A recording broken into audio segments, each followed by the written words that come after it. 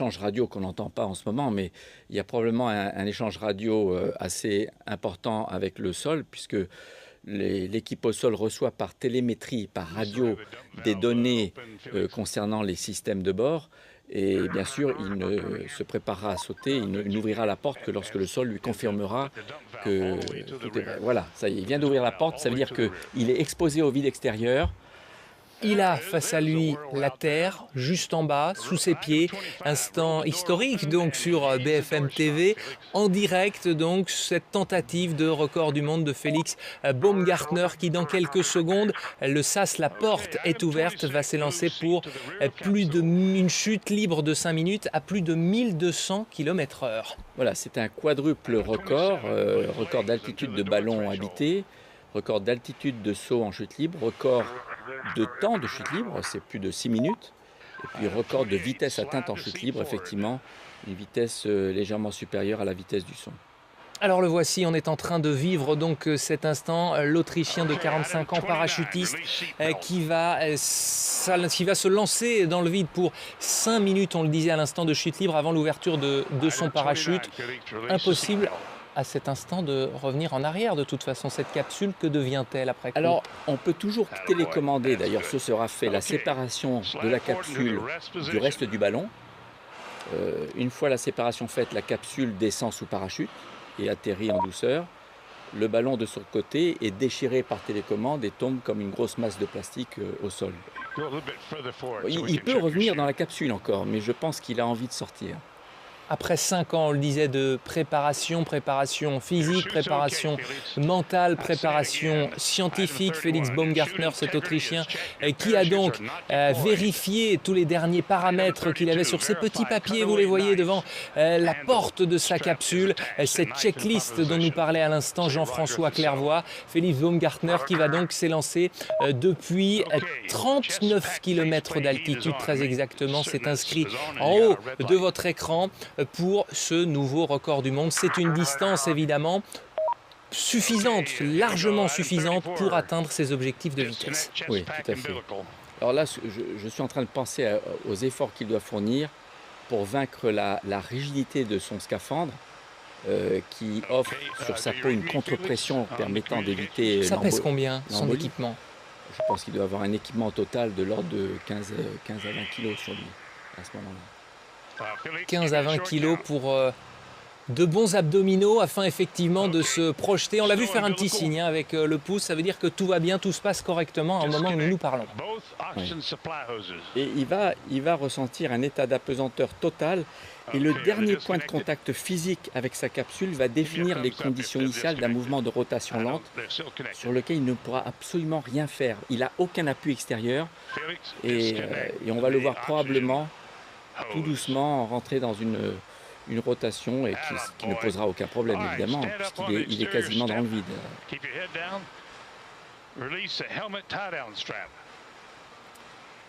Il a le plein d'oxygène, on le voit en bas.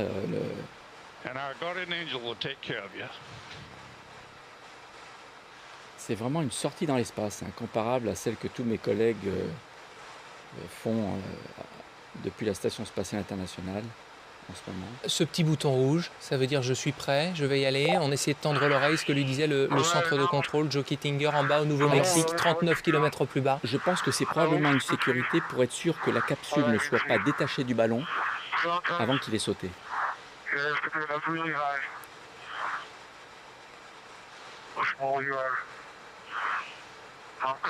Il va réaliser un peu un fantasme que j'ai toujours eu d'astronaute, de rentrer à pied de l'espace. C'est parti, Jean-François Clairvoy. La vitesse avec laquelle... Il accélère à environ 10 mètres par seconde au carré. Ça veut dire que toutes les secondes, sa vitesse augmente de 10 mètres par seconde. Si vous venez de nous rejoindre sur BFM TV, vous venez de le vivre en direct, donc ce saut, ce grand saut dans le vide de Félix Baumgartner, le premier homme peut-être dans quelques minutes à franchir le mur du son en chute libre. Il y avait eu des essais dans les années 1960, pas vraiment validés, il y avait une fusée des appareils en tous les cas. Et là la vitesse, 1000 km/h déjà, Jean-François Clairvoy, astronaute à l'Agence spatiale européenne, vous êtes avec nous sur BFM TV. On est dans quelques secondes seulement il est sonique au record du monde. Il est sonique. il est au-delà de la vitesse du son.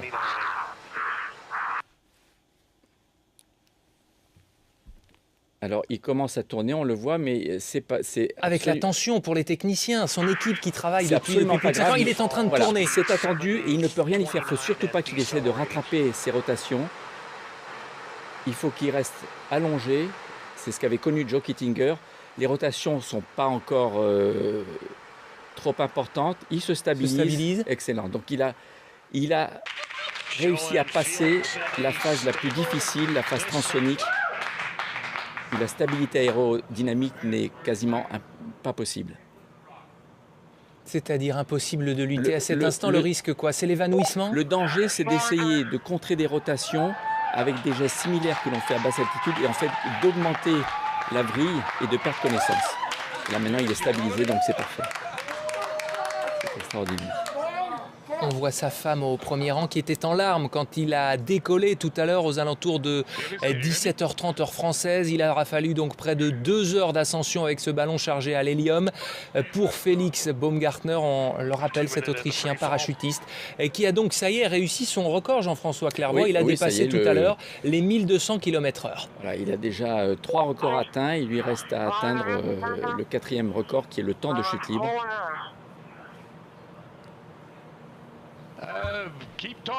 Il a l'air bien stabilisé et ce sera à lui d'ouvrir son parachute principal pour que le record soit homologué.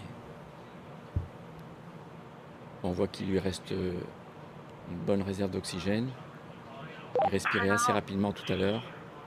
Toujours pas. Est-ce que c'est lui qu'on entend? On entend Joe Kittinger qui dirige un petit peu la station de contrôle. Est-ce que c'est lui qu'on entend? Il ne peut pas se parler à ce moment-là. Un conseiller. Ah si, bien sûr. Cet homme à gauche, on le rappelle, si vous nous rejoignez sur BFM TV, qui avait tenté le même saut en 1960, l'épouse de Felix Baumgartner, qui est donc en pleine chute libre, à peut-être 10 000 km désormais de la Terre. Il vient de s'élancer. Il y a 3 minutes, 3 secondes très précisément, depuis 39 km d'altitude. Il vient d'entrer dans l'histoire, puisqu'il est devenu le premier homme à franchir le mur du son en chute libre. Quels vont être ces prochaines minutes, quel va être son programme alors qu'il doit désormais ouvrir son parachute dans 2 minutes? Ça se fait automatiquement ou c'est lui qui doit exercer? C'est lui qui va l'ouvrir. Il va se stabiliser à une vitesse d'équilibre de l'ordre de 200 km/h.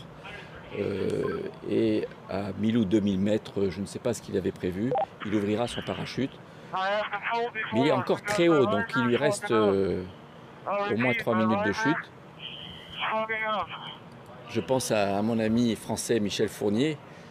Qui sera en direct avec nous tout à l'heure, évidemment. Qui a l'équipement prêt pour réaliser le même saut à environ 40 km d'altitude et qui doit regarder celui-ci avec beaucoup d'attention. Après plusieurs tentatives passées et à venir, puisque vous êtes partie prenante dans ce projet, est-ce qu'un jour des Français viendront donc battre, alors il n'a pas été homologué, mais ce sera sans doute le cas, ce record de Felix Baumgartner? Là, c'est le parachute. Il ouvre le parachute. Alors, il le ouvre quand même très tôt. C'est quand même c'est un record homologué, puisque Joe Kittinger n'a pas ouvert son parachute. Encore une fois, c'est son secours qui s'est ouvert automatiquement.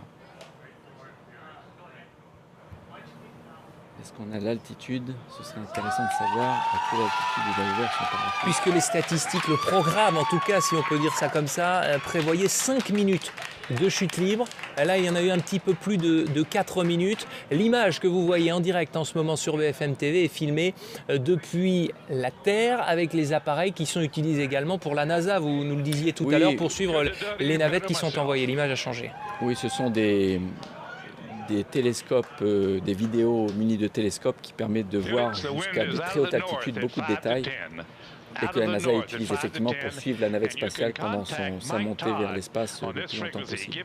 Jean-François Clairvoy, astronaute à l'Agence spatiale européenne, est donc avec nous sur le plateau de BFM TV. Vous venez de vivre ce record du monde réussi pour Felix Baumgartner, l'Autrichien parachutiste, qui est donc devenu le premier homme au monde à franchir le mur du son avec des images impressionnantes, notamment quand il a tourné à plusieurs dizaines de milliers de kilomètres de la Terre. Et nous sommes sommes en direct par téléphone avec Bertrand Piccard, le Suisse Bertrand Piccard, aventurier, scientifique. Vous avez réalisé notamment en 1999 le tour du monde en ballon. Vous étiez le premier à avoir effectué un tel exploit. Vous êtes également patron du projet Solar Impulse. Une réaction tout simplement après cette performance, ce défi accompli par Félix Baumgartner. Très admiratif pour lui et pour son équipe. Parce que c'est vrai que lui, c'est son rêve, il l'a réussi, je suis extrêmement heureux pour lui, mais il faut aussi réaliser tout ce qu'il y a derrière pour arriver à ça. Félix a réussi à trouver un sponsor, il a réussi à mettre une équipe en place. On entendait tout à l'heure parler de Michel Fournier. C'est vrai que Michel a eu peut-être plus de peine que Félix à trouver tout ce qu'il fallait comme infrastructure pour pouvoir réussir. Donc vraiment, je crois que Félix Baumgartner a fait une démonstration brillante. Bertrand Piccard, vous avez tenté, on l'a dit, on ne va pas le répéter, mais plusieurs projets, réussi plusieurs projets. On rappelle que cet homme que l'on voit en direct, que l'on voyait en tout cas avec le parachute, Félix Baumgartner, se préparait depuis 5 ans pour un tel projet. C'est énorme en termes d'implication, de préparation mentale et physique. Mais oui, et c'est bien là que ça montre que c'est pas un trompe-la-mort ou simplement un aventurier, parce qu'il y a des tas de gens qui veulent se droguer à l'adrénaline et puis ils font tout ce qui passe sous la main comme aventure, peut-être au détriment d'une préparation rigoureuse. Félix s'est préparé rigoureusement et je crois que c'est une grande preuve de sérieux.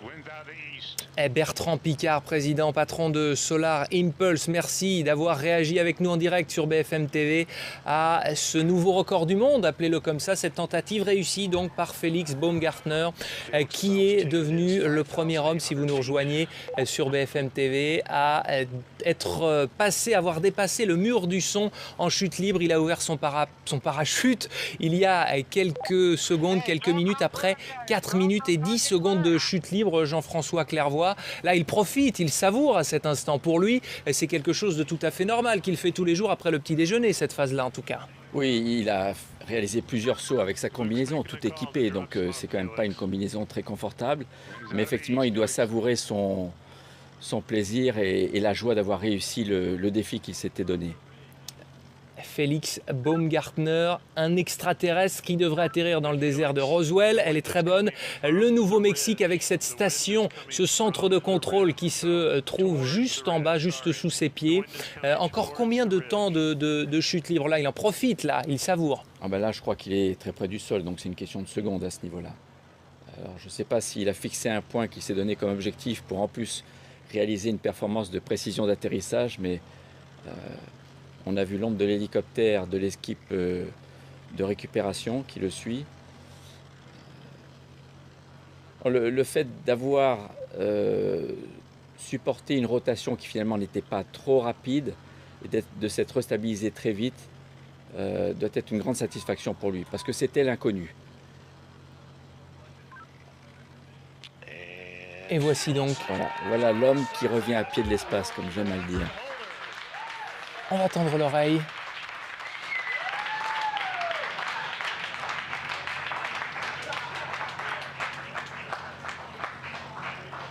Et vous laissez profiter donc de ces images de joie, cette joie des techniciens de Joe Kittinger, l'un des pionniers qui en 1960 avait lui aussi sauté depuis la stratosphère, tenté en tout cas, avec ce parachutiste donc d'exception, nouveau recordman du monde, Félix Baumgartner, qui vient d'atterrir avec les membres de son équipe.